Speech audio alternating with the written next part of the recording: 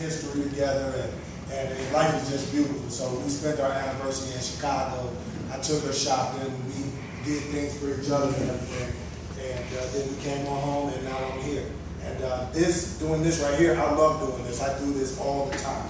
And so I always ask for 2-3 hours to speak, because I can speak all day long in regards to the issues and challenges that plague black men in the city of Detroit. I can talk about this all day long. And so I'm not going to take up too much time. My name is Emmet Mitchell, for those of you who've never met me and don't know me. My name is Emmet Mitchell. I'm the Executive Director of the Milestones Agency of Metro Detroit, where we seek to transform men of color into husbands, fathers, leaders, and scholars. We have a multitude of resources and programs and initiatives specifically for colored males. That's it. That's all we serve. And we do provide resources for their families, but our primary direct service is for black males, ages 5 all the way to adulthood, even men coming home from prison. And so I appreciate you guys welcoming me. I appreciate Boo. I appreciate Isaac. I appreciate you guys. And so we're going to get right into what we're going to talk about today. You guys feel free to write your questions down. If you have a quick question, I'll address it. But for brevity's sake, we don't have a lot of time. We have about an hour. And so I had to contort a workshop to fit that time frame, because the other one that I had was actually a 1.5 to 2 hour seminar. And so what we're going to talk about, we're going to talk about real men do real things. We all growing into manhood, right? And we feel like we're men. We have children, and we have responsibilities, but there are some other things that make you responsible for other people, and there are other. Michelle Alexander said in her book, The New Jim Crow, that a child born today is less likely to be raised by both parents than a child during slavery. And why is that important? It's because the black family is the tie that binds the black man's ability to flourish. When the black family is fragmented, it puts us at an immense disadvantage in regards to how we function, how we are educated, how we are able to take care of our children, how our daughters perceive us, and all of the things that you can think about. Everything begins with the black family. In fact, John Heinrich Clark, I remember reading something that John Heinrich Clark said. He's dead now, and he was a black nationalist, a very educated man. He talked about the importance of what leaders need to do. Leaders need to, he said that leaders need to ask themselves some serious questions. How will my people be housed? And not just your family, but your people. We're going to talk about what I mean by your people in a minute. How will my people be housed? How will my people be educated? How will my people be protected? A true leader asks himself those questions. If you're sitting in this room right now and you believe that all you have to do is take care of you and yours, you are gravely misguided. You have a responsibility to take care of all of the young men that you come in contact with. I like to put that number for the average individual around 1,000 people you should be responsible for in your lifetime. In your lifetime, you should change and impact 1,000 lives. And then you may be able to say, I've done something. But that's the bare minimum. If you are doing your thing, you take care of your children right now, and that's all you're doing, you're not doing enough. And that's our discussion. That's what our discussion is going to be today. I expect each and every one of you men to take care of your children, but I expect for you to take that the way that your responsibility is to an entirely different level. What about your nephew who your sister, his father, you ain't seen him in 6 years? What about your little brother who your mother is struggling with right now? What about the little boy down the street who you know the father is in prison and never coming home, and you see him every day doing all types of things that you know that he shouldn't be doing? I need you guys to evolve into a leader that takes responsibility of all the young men that you come in contact with, and the women that you would be responsible for that matter. Because if the father is absent, the daughter may end up here. If the father is absent, the son may end up here. If the father is absent, the son may end up here. Anybody in this room ever been shot before? Raise your hand. You've been shot before? I've been shot on 3 different occasions. And I've sent this to people, and they reviewed it before I came in and done a presentation, and they don't like this slide in there. And what I have to explain to them is that the struggle is real. What we go through and deal with as black men is real. Is there anybody in here who have never seen someone who's been shot? So it's real. We have to deal with this every day. Every time I see this, I see it on TV, I see our young men shooting other young men, and I see our young men shot, and it hurts me. And not only does it take me back to a place where I was involved in this nonsense, it takes me to a place where sometimes I feel so overwhelmed with my emotions that it makes me want to do something with somebody. Because this type of ignorance, where a man goes to prison and another man dies, is exactly the way the system is designed.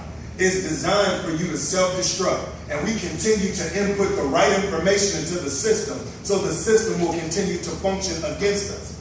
But we have to put a different form of information into the system so the system will crash. But we continue to do the same things, and the system continues to function, and it's as strong as it's ever been. So, is anybody in here familiar with Dan Patrick Moynihan?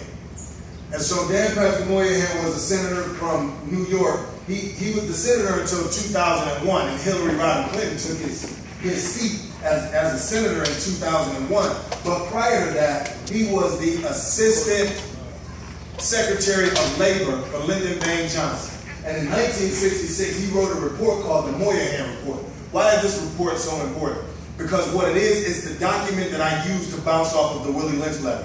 When you break down and dissect the Willie Lynch letter, and he discussed how he planned to brainwash slaves in order to psychologically enslave them for generations, Dan Patrick Moynihan broke down a document that essentially was about 500 pages long that explained to the nation why it was important for them to act and help to reverse the effects of the Willie Lynch letter, essentially, which is very, very important.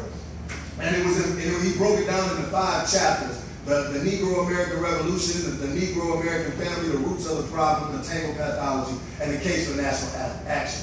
The case for national action is his call to not only the United States government, but to the black family to change some things. This was in 1966, and essentially he prophesied what 2015, 2013, 14 would look like. And it looks exactly like he said it was going to look.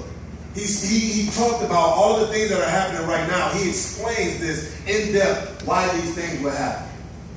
And so he breaks it down and says, at the heart of the deterioration of the fabric of Negro society is the deterioration of the Negro family.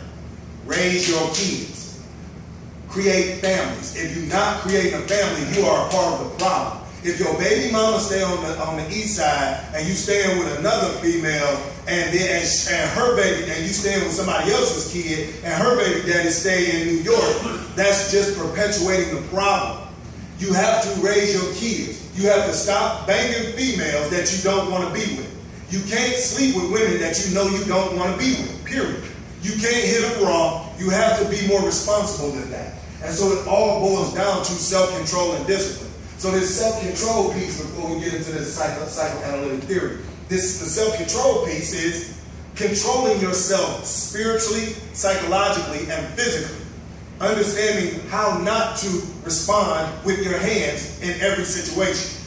Maintaining your spiritual control and maintaining your psychological control over situations. I've heard people say, I know how to push his buttons. All you got to do is say something about his mama. You know his mama died in 86. Say something about his mama, he goes off. You have to understand how to maintain control of yourself. And discipline is nothing more than you knowing what you have to do and doing it when you don't want to do it. That's what discipline is. And knowing that you may not see the results of something until later on. But the problem with black men, even grown men, they have no self-control and discipline. They still hitting females right at 40. They have no discipline in regards to how they go about their business, and then their bad habits spill over to their children. And it's a perpetual cycle over and over and over and over again. Every man in this room can think back into his childhood and think about a bad habit that their parents had that you picked up and you have now. Mine was cussing from my mother. My mother was a big cusser, and she cussed at us all the time. Good woman, beautiful, smart, intelligent, provided for us, but she was a cusser. And it made me a cusser. I had to go back and fix that psychological issue in my brain and stop cussing at my children. And I did this all the way up until about 8 years ago. I have children 21 years old. And I sit down with them and I explain to them all those years that I was cussing, you have to reprogram yourself not to do that to your children, because I did it. And it can easily become a part of how you deal with your children.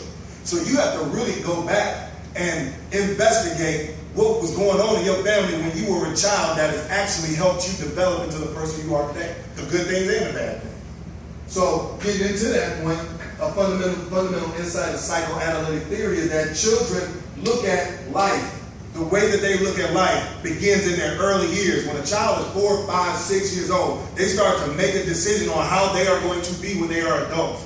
They start to make decisions based on what they learned as children, and that ultimately shapes and molds their views of the world, which is very important. It's very important that you model positive behavior in front of your children at all times. Even when you're on the phone and you think they're not listening, even when they sleep in the car with you, even when they sleep on the couch, you think they can't hear you. But the subconscious mind is 30,000 times more powerful than the conscious mind. Your children hear things that you're talking about even when you're old. You can't cuss your baby mama out in front of your children. You can't call her names. You can't say she's not doing this, doing that. You have to be very careful with how you talk about women and how you address women in front of your children, because they will internalize that, and that will be how they operate.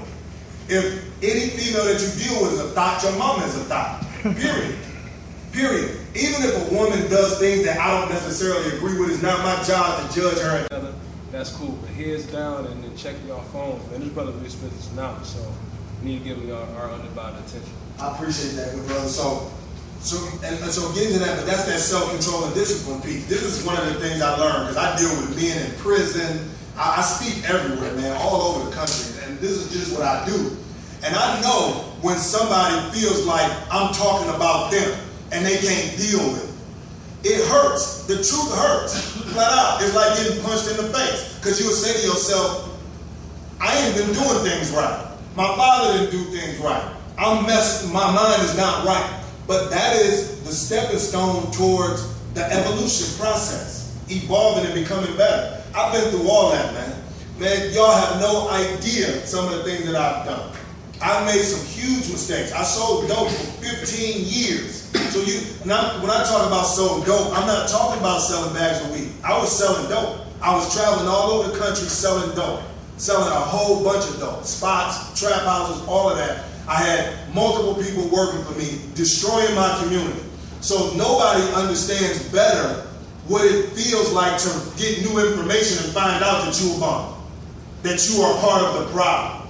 It's difficult to deal with, and so I've been there before, but that's no excuse. When you get the information, you have to start to do something with it, and that's just the way that it is. So we talk about divorce, separation, desertion. These children don't have fathers. Historically, a black man's existence in this country was marginalized. You have no value to mainstream society. Just like right now, they'll throw you in prison, they'll shoot you. An 8-year-old boy got shot in the face in Dallas, Texas by a 38-year-old white man because he felt like it, and they charged him with child endangerment. If that is not the court system telling you that a black boy has no value, I don't know what is. Trayvon Martin gets gunned down, man does not do a day in jail. Man, you breathe on the right white man, you will be thrown up under the jail, period. That's the way this country operates. The system dictates that no person who harms a black male will be, unless it's another black male, will be held to the same standards that a black male will be held to if they commit the exact same crime. Do you want to know why? Because black males are a problem in the United States. And then here's the irony. They condition the entire country to fear black males, when in reality, black males really don't commit crimes against white people. Because they're fearful to commit crimes against white people. Most black men are scared to go across 8 Mile. They don't have a license, registration, proof of insurance. They're not breaking their houses in Oakland County. They're breaking their houses down the street from their crib. And so, but in order for this system of destroying an entire race of people is to function correctly, everybody has to be on board for it. And so propaganda actually is the precursor to the destruction of people. Like my brother Umar said, there is no way that Hitler could have got away with exterminating 6 million Jews if his propaganda campaign to get all of the other people in Germany to buy into it would have worked. Because the human condition dictates themselves to be sympathetic to people who are being harmed and hurt, unless they view you as a problem. And America views black males as a problem. So when something happens to you, they say that's another one that's just out the way. And it's always been that way. And so historically, your children could be sold, your wife could be violated, and your so-called marriage would come. That's one of the reasons why we don't invest in family, because we've been conditioned to believe that family is not a viable function of our existence, because we haven't seen it operate at its best in some instances. And so, real quick, let me breeze through this. In essence, the Negro community has been forced into a matriarchal structure which, because it is out of line with the rest of American society, seriously retards the progress of the group as a whole and imposes a crushing burden on the Negro male, which is us, and in consequence on a great many Negro women as well.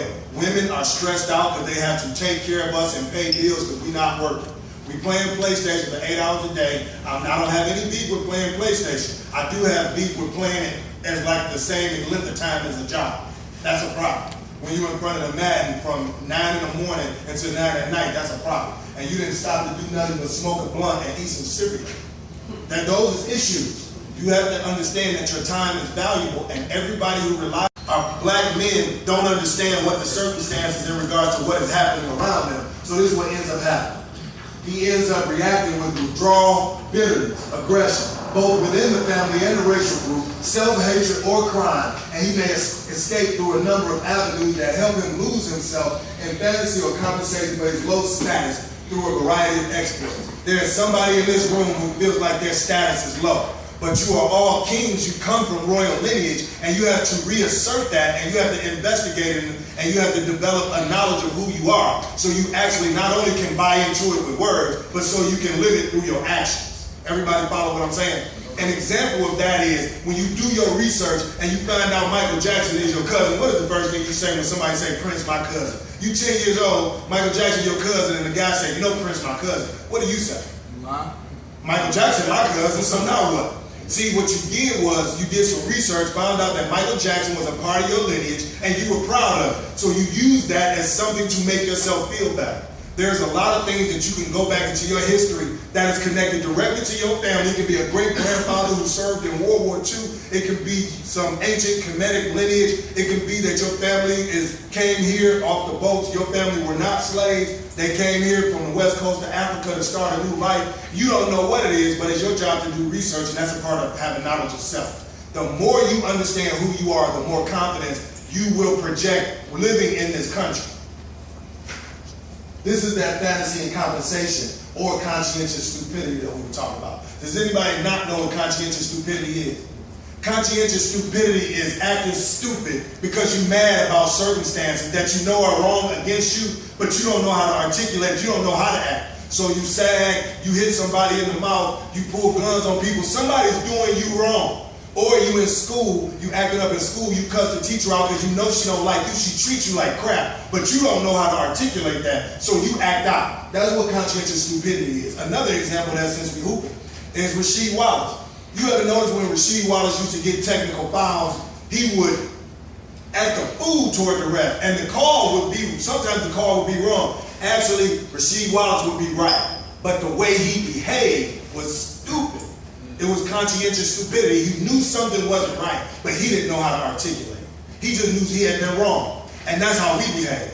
We don't feel right about certain things. We know people don't treat us right. We know the police pulled us over for nothing, but we don't really know how to protect ourselves psychologically. Psychologically, we don't know how to combat the forces against us. And that is a part of that knowledge of self piece. So we deal with it this way. We get high, we roll blunts, we drink, we smoke crack, we snort heroin, we gamble, we play PlayStation. Not us, because we in here, but people who look just like us, our homeboys, our daddy, our uncle, our neighbor. And when you get this information, it's your job to take this information and challenge people to improve themselves that you come in contact with. Because ultimately what we're talking about today is real leadership. Real men do real things, right? And so we essentially are talking about what real men do. So, real quick, the path of the righteous man has been set on all sides by the inequities of society and the tyranny of evil men. Anybody like Pulp Fiction? Yeah. This is my movie, man. This is my movie. Blessed is he who in the name of charity and goodwill shepherds the weak through the valley of darkness, for he is truly his brother's keeper and the finder of lost children. Now, that's not the true scripture, but that's what he uses in the movie to be Ezekiel 25:17. So, we talking about the path of the righteous man. He will be blessed if he is charitable, means if he gives out of the kindness of his heart, and he leads his brother, and he takes care of children. Period. It's that simple. That's what you are responsible for. Real men do real things. Does that say, blessed is he who raises his children and takes care of his wife? No. It says, blessed is he who in the name of charity and goodwill shepherds the weak through the valley of darkness. There is no alcohol in my house. My children do not see me drink. I'll have a shot of Cavassier socially or a Samuel Adams cherry wheat from time to time when I'm watching a football game. But I do not do that in front of my son. He has never seen me drink, and God willing, he never will. Because I know he loves me, and he will do what I do. And so I have to be very careful what I do. Did I say that you can't have a vice? No. Work on your vices, be the best you can, but nobody is perfect. But you have to be very careful with the type of behavior you display in front of your son. Because he loves you more than anything else in the world. You are his king. You are his superhero. If you ask your son who's your favorite superhero, he's probably going to say you. So if you're doing something that you shouldn't be doing, don't do it in front of your son. Are we completely responsible men? So your sons, we just talked about, I kind of alluded to this, your sons will grow up to be like you, and your daughters will grow up to marry a man like you. Is that going to be a good thing or a bad thing? That's what you have to ask yourself. At one point in time, for me, it would have been a bad thing. But right now, I'm proud of who I've become. I'm proud of who I've become. But there was a time where if you asked me that question, I would have been real worried if my daughter would have dude like me. And because boys will be boys until someone teaches them to be more. And that's going to be your job, to teach your son to be more. And at the end of the day, real men take care of their children. Real men take care of their kids. Even if you're not working, if you don't have any money, spend time with your children. Take your $3, y'all walk up to the Dairy Queen. A protector, a provider, and a comforter. Your woman is not a thought. If you think that about her, she is not the one. You need to find a woman that will help you, that will support you, that you love, that you miss when she's not there. And you need to marry that woman and have children with her. You need to be with that person. If you don't want to be married, you need to be responsible, not to have children that do not live with you. Am I making myself clear?